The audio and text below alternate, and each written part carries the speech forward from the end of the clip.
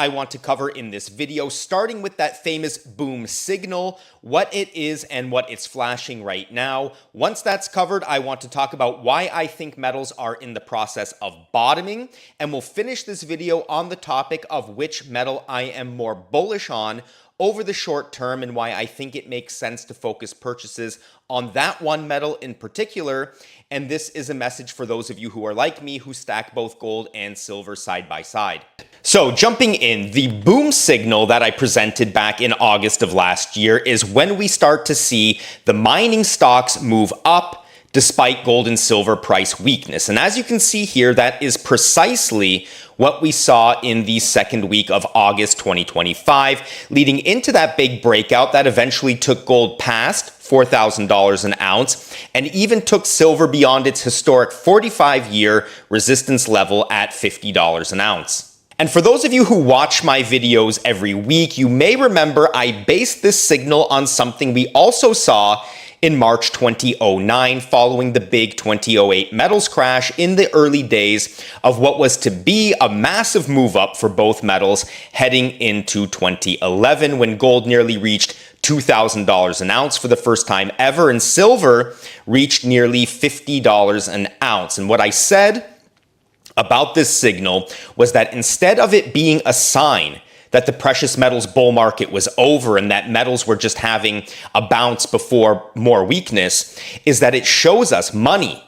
mainly smart money and institutional money, is rotating funds into mining stocks with the expectation, or in some cases even the knowledge, that metals are turning a corner and about to head higher. Much in the same way the topping process we saw for mining stocks that started in late 2010 was a forward-looking indication that institutions had lost faith in the precious metals rally and that they were in the latter stages of a blow-off top move. So, coming to what happened this past week, I find it curious that despite relative weakness in metals prices, with silver being down 0.3% on the week and gold squeaking out a 0.7% gain, despite having a red candle as it closed the week lower compared to where it opened on a gap up, the mining stocks, represented here by the SIL Silver Miners ETF and GDX Large Gold Miners ETF, were up notably on the week, gaining 6.4% and 5.3% respectively. And why I think we're seeing this boom signal, as I like to call it, is because in line with what I told you all was my base case correction scenario for both gold and silver in multiple videos going back to early April, if I remember correctly, possibly even late March, and you can go back and watch those videos if you doubt it. Gold has now retested its 200-day moving average, which I said could take it as low as $4,300 an ounce in late May or early June before we make a decisive turnaround. And to be completely fair, Jordan over at the Daily Gold has been absolutely pounding the table on this point, so please be sure to go and check him out on his channel. He's absolutely fantastic. Because as I've said, and he has demonstrated wonderfully in his own analysis, it's perfectly normal for metals to make a strong move up during a bull market, pull back, you clear out some of that speculative money, institutions punish retail paper traders, especially people who have entered trades using leverage. You test the 200-day moving average, which gold has just successfully done,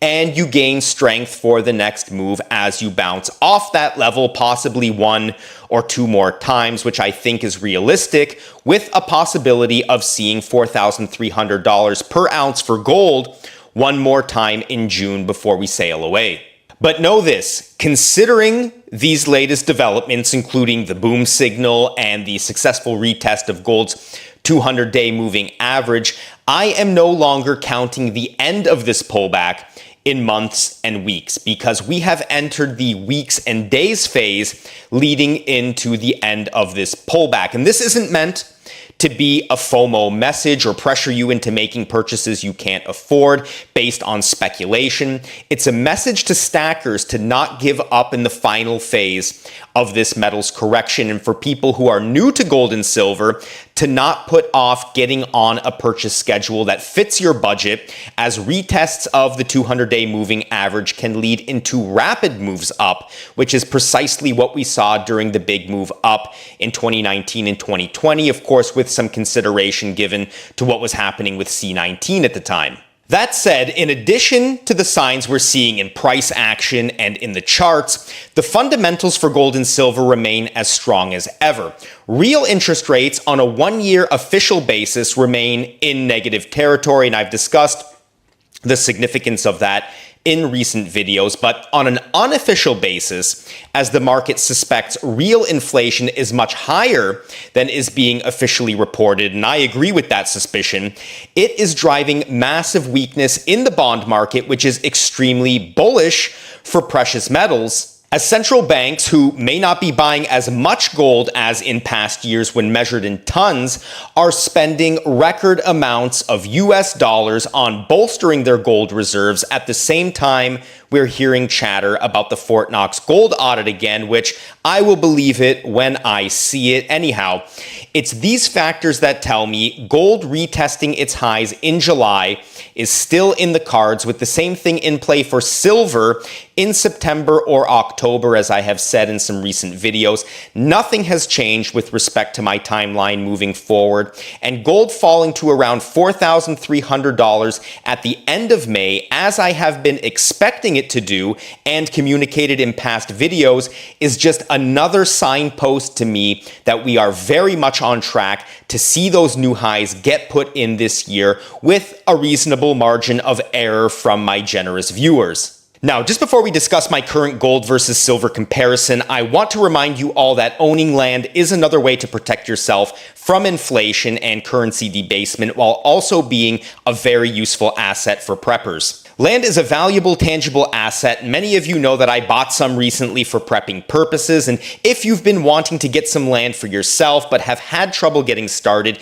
please remember that channel partner Land of Land can help you get started easily and affordably. They have great properties, with many starting right around $1,000, with their weekly auctions often offering up fantastic deals on lots all across America. Buying is made easy, and they even accept credit cards for payment for people looking to earn points on the purchase. So check them out at landofland.com or call them at the number on the screen. And remember that by using the code BALDGUY, you get $300 off of your purchase to buy something the Federal Reserve cannot print. Now, moving on to this video's viewer question, and please remember, I answer one viewer question in every single video I do. I take them out of the comments section below, so please don't miss your chance. Leave a question for me below, and you never know, it may appear in my next video. And this week, I've selected two questions to appear in the video, as I think they're pretty much related. And they come from Douglas Bender, who got my attention with a Kojak reference,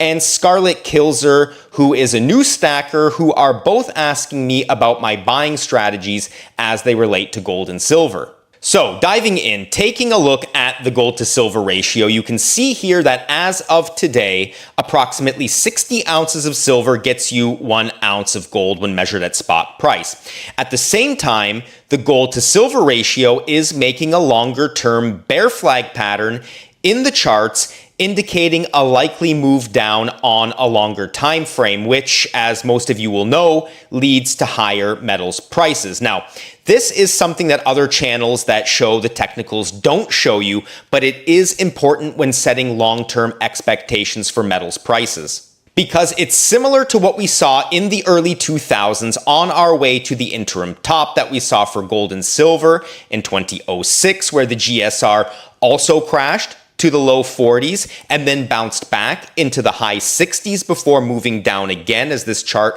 on the screen right now is showing. As well as in the fallout of the 2008 crash, which is where I think gold and silver are right now in their current cycle, despite some differences in the levels we're seeing on the gold to silver ratio versus those moves from the early 2000s that track much better with what we're seeing today. But what I'm saying by showing you this is, not only do I think metals prices will move up over the next couple of years as a falling GSR is caused by higher metals prices, but that I expect silver to outperform gold over the next 12 to 24 months. So I want to firmly establish that from the start, especially as someone keeping a close eye on the fundamentals that clearly show a stagnating supply of silver on the backdrop of very steady demand, even if a small part of that demand has been impacted by higher prices, because the supply side matters just as much. Now, with that bit out of the way and gold close to my late May, early June bottoming levels,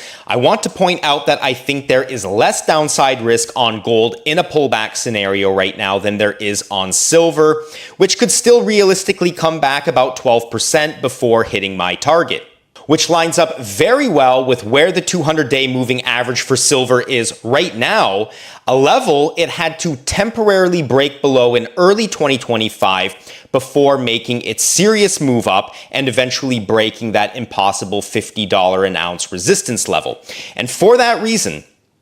as someone who stacks both gold and silver side by side, not trying to play the gold to silver ratio, so please understand this message is within that context, my focus is on gold right now to get those purchases out of the way before gold leads the way up, with a keen eye on possibly buying silver below $70 an ounce one last time before we retest the January highs, while keeping in mind that I am not telling anyone watching this video right now to wait. I am not telling you to sit on your hands, because even at current prices, we are at long-term accumulation levels. And although we're not fully in the clear quite yet when it comes to gold and silver, as I said in August of last year before the big move up, we are nearing the end, so plan accordingly.